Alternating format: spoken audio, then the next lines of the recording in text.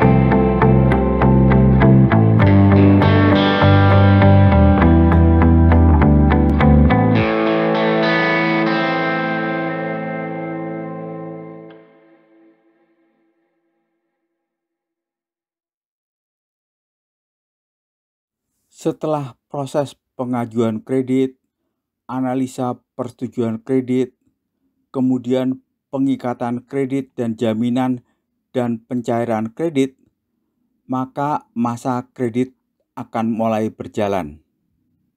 Dan bank akan melakukan monitor pembayaran debitur. Bila pembayarannya lancar, maka tidak akan menjadi masalah. Tetapi bila ada tunggakan, maka nasabah akan diminta untuk melunasi tunggakan tersebut. Bila sudah melunasi tunggakan, maka masa kredit akan terus tetap berjalan. Tetapi bila nasabah tidak bisa melunasi tunggakannya, maka akan masuk kepada tahap penyelesaian debitur bermasalah. Demikian seterusnya berlanjut hingga jatuh tempo masa kreditnya.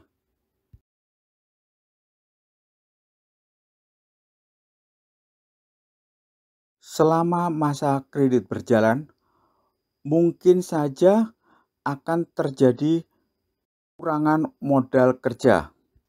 Dan bila pembayaran kewajiban selama masa kredit itu berjalan lancar, maka bank akan menawarkan tambahan kredit modal kerja yang prosesnya sama dengan persetujuan kredit pada awal, yaitu mulai dari pengajuan kredit tambahan, analisa dan persetujuan kredit, kemudian pengikatan kredit dan jaminan serta pencairan kredit, dan dimulailah masa kredit dan tambahan kredit hingga jatuh tempo.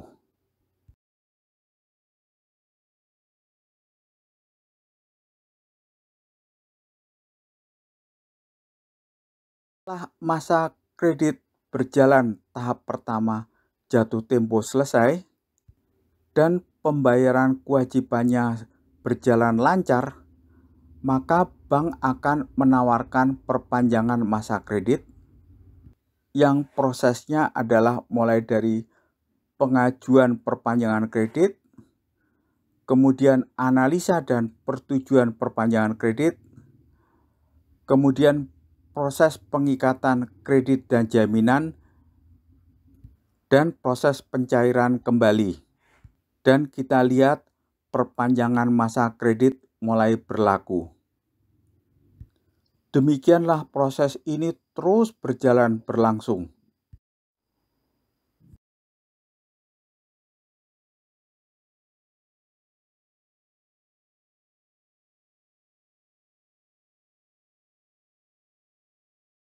Saudara, mari kita bahas hukum perjanjian kredit.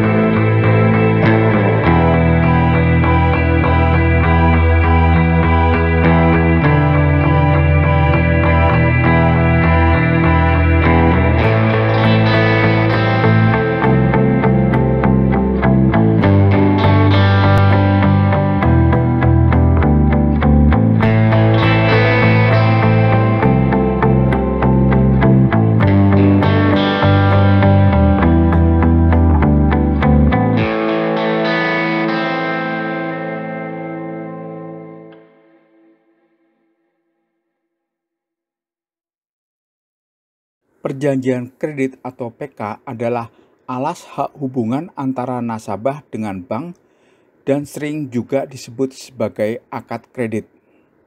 Setiap perjanjian kredit berlaku undang-undang bagi para pihak dan menimbulkan hak dan kewajiban masing-masing, yakni bank sebagai kreditur dan nasabah selaku debitur. Agunan, guna menjaga ketertiban pemenuhan hak dan kewajiban tersebut, maka nasabah kadang dimintakan adanya agunan sebagai jaminan. Agunan kredit merupakan salah satu bentuk keyakinan bank selaku kreditur untuk memiliki jalan keluar kedua untuk penyelesaian kewajiban debitur apabila jalan keluar pertama mengalami kegagalan. Bagaimana bila debitur melanggar perjanjian kredit? Maka bank akan melaksanakan haknya dengan melakukan eksekusi agunan apabila kegagalan debitur telah memenuhi pelanggaran perjanjian kredit yang disepakati. Dalam melakukan kegiatan perkreditan di Indonesia, berkorelasi langsung dengan prinsip-prinsip hukum privat atau hukum perdata.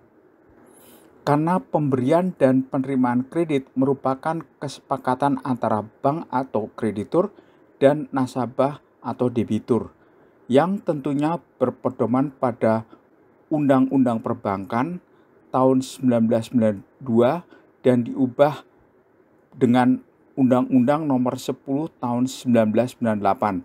Berikut semua ketentuan yang berlaku. Saudara, mari kita membahas manajemen kredit bermasalah.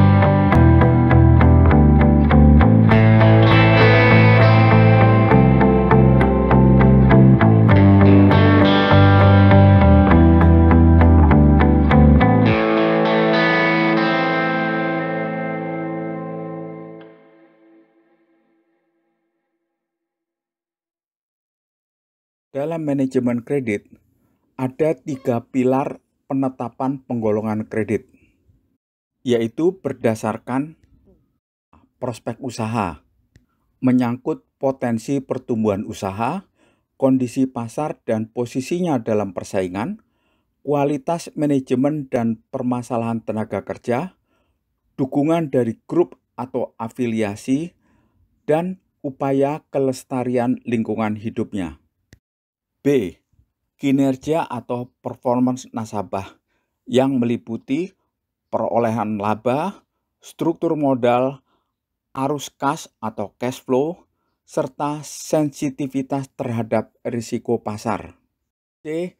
Kemampuan atau ketepatan membayar meliputi ketepatan membayar, ketersediaan atau keakuratan info keuangan, kelengkapan dokumentasi, kepatuhan terhadap perjanjian kredit, kesesuaian penggunaan dana, dan kewajaran sumber pembayaran kewajiban. Bila penagihan tidak berhasil, maka kita masuk pada tahap penanganan kredit bermasalah, yaitu terbagi atas A. Perubahan fasilitas kredit yang tujuannya untuk mempertahankan usaha debitur, dan B. Pelunasan fasilitas kredit bila usaha debitur tersebut tidak dapat diselamatkan lagi. Mari kita bahas kolektibilitas kredit berdasarkan ketepatan membayar yang terdiri dari kolektibilitas 1 atau lancar, yaitu tidak ada tunggakan. Kolektibilitas 2 atau dalam perhatian khusus, itu tunggakan hingga 90 hari.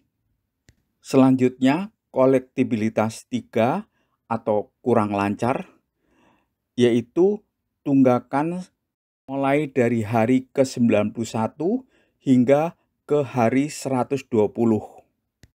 Berikutnya, kolektibilitas 4 atau diragukan, yaitu tunggakan mulai dari hari ke-121 hingga hari ke-180. Dan yang terakhir adalah kolektibilitas 5 atau macet, yaitu tunggakan di atas 180 hari.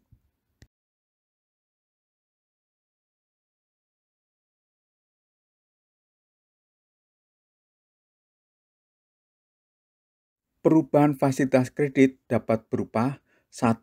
Rescheduling, yaitu suatu tindakan yang diambil dengan cara memperpanjang jangka waktu kredit atau jangka waktu angsuran.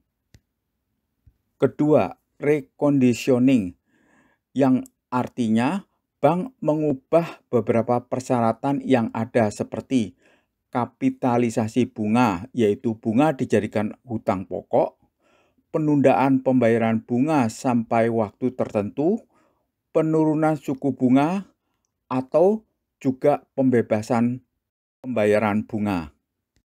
Ketiga adalah restructuring, yaitu perubahan fasilitas kredit yang bertujuan pelunasan.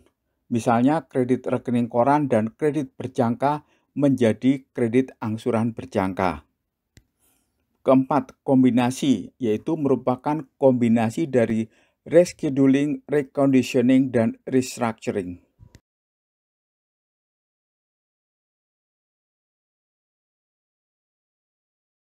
Setelah kita membahas perubahan fasilitas kredit dalam penanganan kredit bermasalah, mari kita bahas pelunasan fasilitas kredit dalam penanganan kredit bermasalah.